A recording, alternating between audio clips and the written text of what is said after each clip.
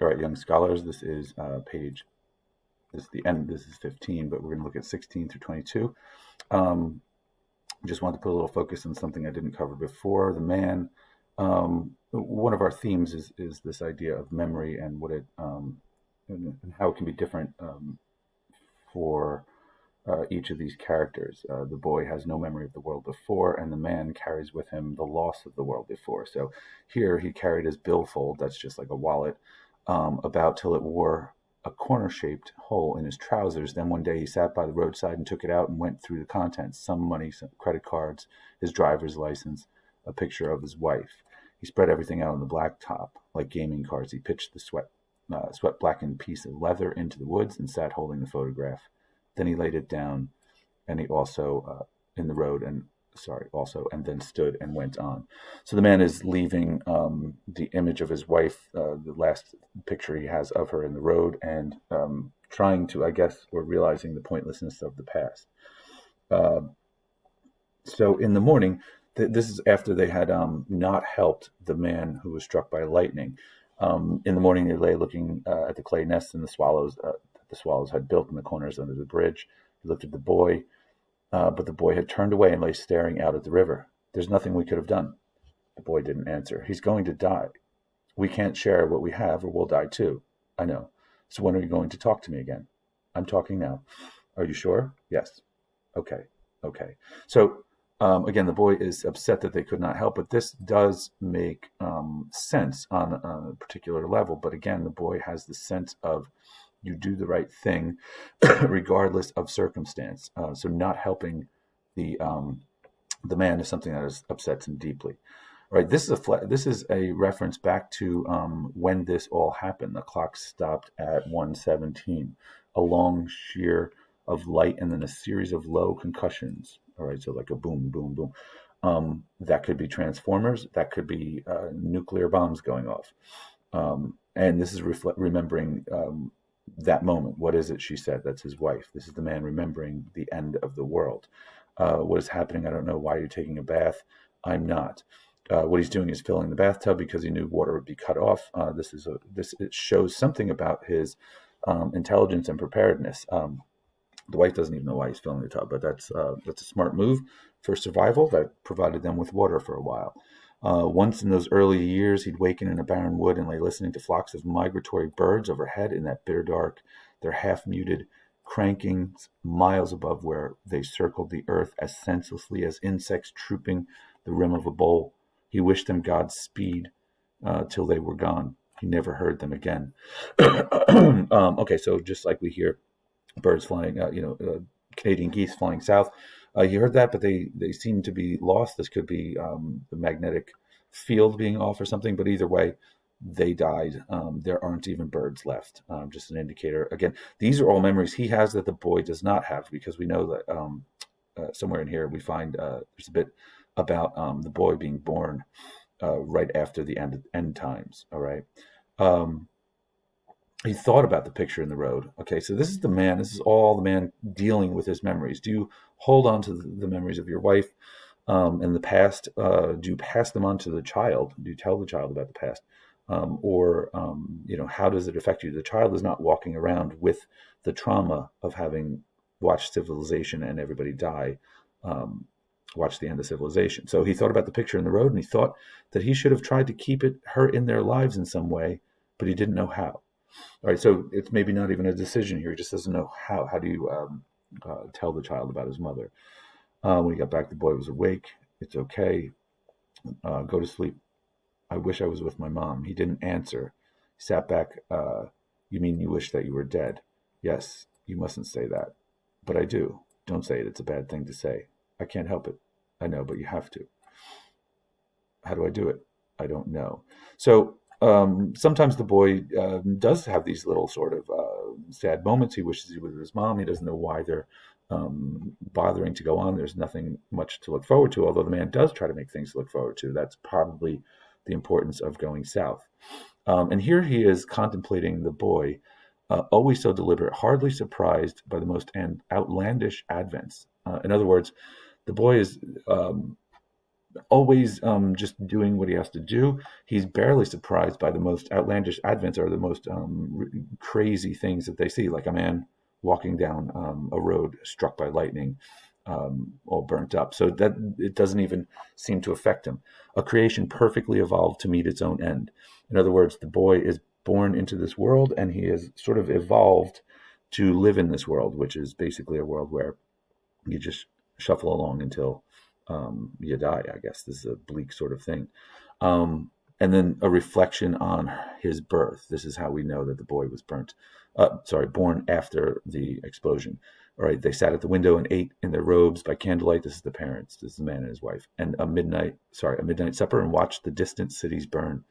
A few nights later, she gave birth in their bed by the light of a dry cell lamp. All right. When he's born, there's just the statement, her cries meant nothing to him. Beyond the window, just the gathering cold. Now we're back in the present, and the boy is asking the man, did you have any friends? Yes, I did. Lots of them? Yes. Do you remember them? Yes, I remember them. What happened to them? They died. All of them? Yes, all of them. Do you miss them? Yes, I do. Where are we going? We're going south. So here again, the boy recognizes that the man has this secret internal life, this history that the boy doesn't share. The boy has never had a friend. So this thought occurring to him, even the word friend had to be taught to him by his father. But the boy thinks, it asks about the past and then immediately shifts without a blip to where are we going? He thinks about the future. So the boy needs that sort of deliberate, goal. We have to go south. All right. The boy took his truck from the pack and shaped roads in the ash with a stick. The truck tooled along slowly. He made truck noises. Another sort of this whole section is about what the man remembers and had and lost, and what the boy doesn't know about it. Here, the boy makes truck noises. Maybe they've heard trucks. People are still, or how the boy even knows what a truck is. They've seen them, as we saw. There was one stacked with bodies, but they must have heard one somewhere if he made the truck noises. But the past, and this is not unusual. There's always this is sort of that generational thing. Your parents are always talking about what life was like when they were young. You have no idea about the things that they're talking about. You even sometimes see those things posted on social media, like a pencil and a cassette, and asks if you know what to do with those things. The answer: you can rewind a cassette by sticking the pencil into the gears and turning it and tightening the tape. That means nothing to you. You guys don't know what I'm talking about, probably. Or maybe you do, but you don't know it in a real way. You never lived through it. All right. And so everybody has this sort of separation generationally of knowing two different worlds. It's just more extreme here. And then we have this sort of dramatic scene. Something woke him. He looked down at the boy, and when he looked back toward the road, the first of them were already coming into view. God, he whispered.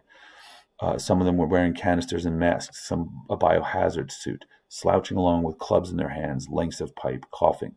The boy was frozen with fear. This is when the truck comes up. He pulled him to him. It's all right, he said. We have to run. Don't look back. Come on.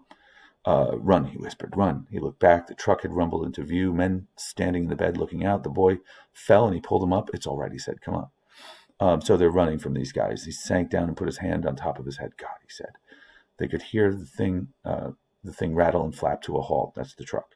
Then just silence. He had the pistol in his hand. He couldn't even remember taking it from his belt. 20 feet away was one of their number. All right, so they're hiding in the woods. You read all this. This is sort of an action scene. They both froze. He cocked the pistol and held it on the man, and the man stood with one hand out at his side, just dirty, crumpled paint mask that he wore, sucking in and out. Just keep coming. He looked at the road. Don't look back. Look at me. If you call out, you're dead. Came forward, holding his belt in one hand. The holes in it marked the progress of his emaciation, and the leather at one side had a lacquered look where it was used to stropping the blade of his knife. So just looking at his belt, the progress of his emaciation, you could see that he had to keep adding holes to the belt because he was getting skinnier and skinnier. This lacquered look where he was used to stropping a knife, this indicated the man was sharpening a knife on his belt. Use it to sharpen things. Stepped in it. He stepped down into the road cut and he looked at the gun and he looked at the boy. Eyes collared in cups of grime and deeply sunk, like an animal inside a skull looking out the eye holes. He wore a beard that had been cut square across the bottom with shears, and he had a tattoo of a bird on his neck done by someone with an ill-informed notion of their appearance. So again, this is there are sort of gangs and rituals and symbols, like the cut square beard and the tattoo um, signify something for him. Again, even in this world, there are symbols, there are codes, there are groupings. All right, and then there are old things like logo of some vanished empire on his hat. And the man asks him questions. What do you mean you don't know? Where you're going? Do you have ammunition? And he says, where'd you get it? We found it. That's a lie. What are you eating? Whatever we can find. Whatever you can find. Yeah. He looked at the boy. You won't shoot, he said. That's what you think. You ain't got but 2 shells, maybe just 1, and they'll hear the shot. Yes, they will, but you won't. How do you figure that? Because the bullets travel faster than sound. It'll be in your brain before you can hear it. To hear it, you will need a frontal lobe and things with names like colliculus and temporal gyrus, and you won't have them anymore. They'll just be soup. Are you a doctor? I'm not anything. We got a hurt man. It'd be worth your while. Do I look like an imbecile to you? I don't know what you look like.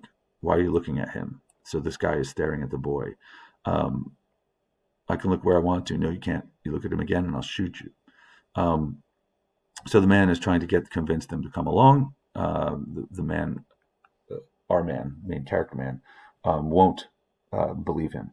This is that sort of scene where he says he won't shoot. You know what I think? What I think. You think you're chicken shit. He let go of the belt and it fell in the roadway with the gear hanging from it, a canteen, an old canvas pouch, a leather knife. When he looked up, the road rat, this is what he's calling the guy, was holding the knife in his hand. He'd only taken 2 steps, but it was almost between him and the child. What do you think you're going to do with that? He didn't answer. He was a big man, but he was quick. He dove and grabbed the boy and rolled, and he came up holding him against his chest with the knife to his throat. The man had already dropped to his knee and swung with him. And he swung with him and leveled the pistol and fired from a 2-handed position, balanced on both knees at a distance of 6 feet. The man fell back instantly and lay with blood bubbling from the hole in his head. Obviously, our main character, the man, knows how to use a gun. He doesn't just fire indiscriminately. He's practiced. He takes a stance, and he's able to kill the man, which is not an easy shot, even from 6 feet. Okay, and then they run and they spend the night hiding. And there is within this this question that I put on there, can you do it? You can't. That the man asks himself, and basically, what he's saying is, in these situations, he was lucky to get away. He doesn't want the boy to be taken. The things they would do to him is horrible, and ultimately he would be eaten. So there is sometimes when he hands the boy the gun, or the question to himself is there a point where I can, before something like the road rat gets away with grabbing the boy and overcoming us, can I shoot the boy so that he doesn't have to suffer? This is that question that I left for you that was a little bit difficult. The idea being the man would rather shoot the boy and put him out of his misery, but he doesn't want to do it. Obviously, you don't want to do it if you don't have to. But that's the question. You have to be right. This road rat grabbed him very quickly. The man happened to be in this situation able to save the boy, but in a different scenario. That's the thing. He's wondering if he's able to do this, or if he could possibly kill his child, which means everything to him. A little bit bleak. Sorry. Anyway, I'm going to end here. Thank you for listening.